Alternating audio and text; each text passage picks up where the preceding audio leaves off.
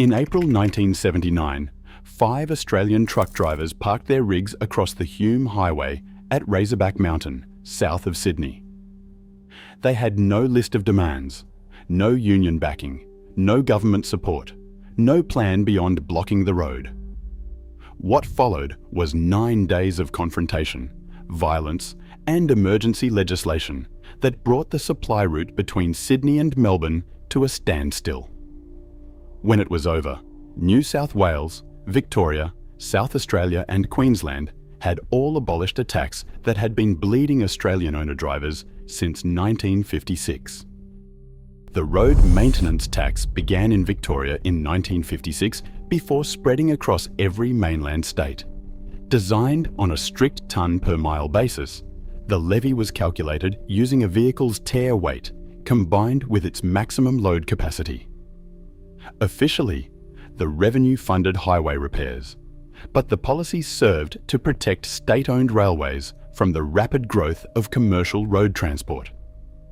By adding a mandatory cost to every mile travelled, governments artificially inflated road freight rates to keep rail competitive. For interstate owner-drivers, the tax was an inescapable financial trap. Because road transport regulations fell under state control, weight and length limits varied wildly across borders. A truck legally loaded in Victoria could instantly become illegal upon crossing into New South Wales, forcing drivers to navigate differing laws while accumulating mounting tax liabilities.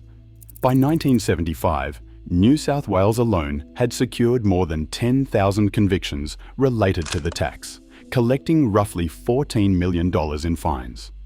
Drivers who could not pay faced severe penalties, with courts in Victoria and New South Wales handing down prison sentences of up to 6 years for non-payment. The economic absurdity of the system was demonstrated in the 1966 Winton wool growers case. Queensland wool was hauled an extra 800 miles to Sydney because interstate road tax rules made the massive detour cheaper than paying Queensland's state-run rail freight rates. As independent operators worked on razor-thin margins, the cumulative weight of fines, audits, and the threat of imprisonment turned a bureaucratic policy into an unbearable commercial burden. In 1976, frustrated truck drivers blocked Mount Ousley near Wollongong. While that action eventually pushed the federal government to legalise citizens' band radio in June 1977, it did not solve the industry's deep financial troubles. A 1977 assessment showed that independent contractors made up 75% of all interstate road transport. Yet, these sole traders operated without any formal representation. The Transport Workers Union focused strictly on salaried employees. Because owner-drivers were independent business owners, the union could not legally or practically represent them. With no union backing, drivers tried to force political change themselves. In May 1978, 32 heavy trucks drove straight to Canberra, sealing off Parliament House. The dramatic stoppage gained national headlines, but failed to secure policy reform. In August 1978, New South Wales Transport Minister Peter Cox announced an official inquiry into the industry. The initiative dragged on, producing reports but changing nothing on the highway. Desperate for relief, Ted Stevens and Barry Grimson helped organise another mass protest in Sydney later that year. Once again, the state government ignored their grievances, leaving thousands of operators to face bankruptcy alone. Every traditional avenue of appeal had ended at a closed door. By early 1979, with prosecutions rising and debts mounting, independent owner-drivers realised that writing letters and staging brief rallies would never work. Direct, sustained confrontation was the only option left. In early April 1979, 5 men met privately in the living room of Ted Stevens's home. Ted Greendog Stevens, Barry Grimson, Jack Hibbert, Colin Bird, and Spencer Watling had exhausted every legal avenue of appeal. Facing financial ruin from the crushing road maintenance tax, their frustration turned into a concrete plan. Stevens framed their desperate choice clearly declaring, "I've had it. I'll either burn my bloody truck outside Parliament House or block the friggin' highway."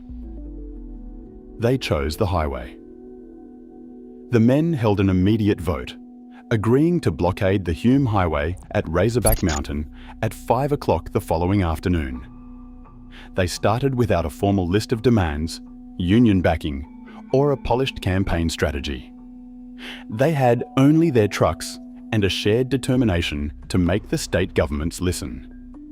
With the vote finalised, the decision was irreversible. The 5 drivers went home to prepare their rigs, knowing that by sunset the next day they would either face arrest or force a national crisis. At 5 o'clock on April 2nd, 1979, Colin Bird steered his SR Kenworth, pulling a fully loaded quad-axle grain trailer out of a parking bay near the summit of Razorback Mountain.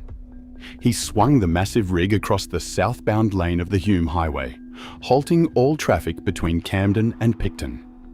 Immediately behind him, Ted Stevens brought his Kenworth to a stop in the parallel lane, sealing the main freight artery between Sydney and Melbourne. Jack Hibbert and Spencer Watling quickly manoeuvred their rigs into the lineup, forming a solid wall of steel across the bitumen. To prevent traffic from skirting the obstacle, Barry Grimson blocked the old Razorback Highway, while Carly Goodfellow positioned his truck to seal Menangle Road, the lower bypass.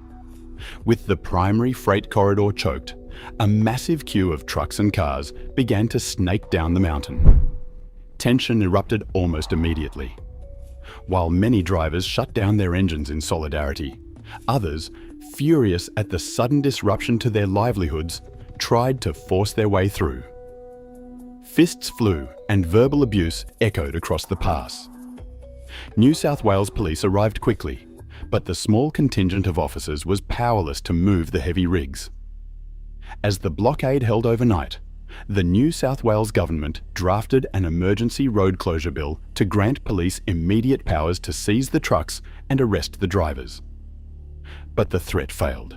Fearing a massive political backlash and widespread industrial chaos, senior ministers blocked the legislation in cabinet. By the next morning, the 5 initiators consolidated their stance, printing and distributing a clear 4-point demand document to the stranded motorists and arriving media.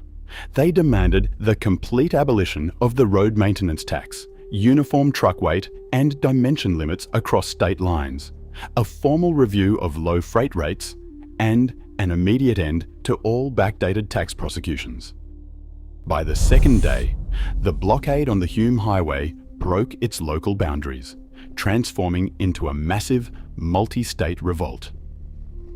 Using the newly legalised 27 MHz CB radio network, drivers coordinated movements across state lines, bypassing traditional union channels entirely. The call went out over channels 19 and 23, prompting parallel blockades on the Warrego and Cunningham highways in Queensland, the Dukes Highway in South Australia, and the Calder Highway in Victoria. By April 9th, more than 4,000 trucks choked 40 strategic choke points across 4 states.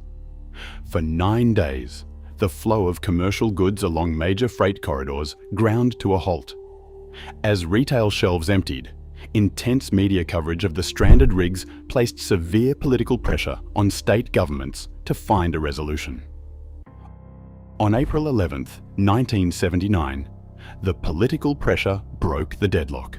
New South Wales agreed to abolish the road maintenance tax, introducing legislation to repeal the punitive 1958 Act. Within days, Victoria, South Australia and Queensland capitulated, issuing statutory repeals and ministerial orders to dismantle their respective portions of the levy. The 4 states entirely scrapped the tonne per mile charge introduced in 1956, replacing the complicated mileage calculations with a flat registration fee. After 9 days of absolute economic standstill, the specific financial burden that had driven independent owner drivers to the brink of ruin was gone. The blockade had achieved its primary objective. Today, the Australian transport industry operates in the shadow of Razorback, proving that independent drivers can reshape a nation's laws. If you have memories of the 1979 blockade or the road tax era, share your stories below. Subscribe for more Australian history.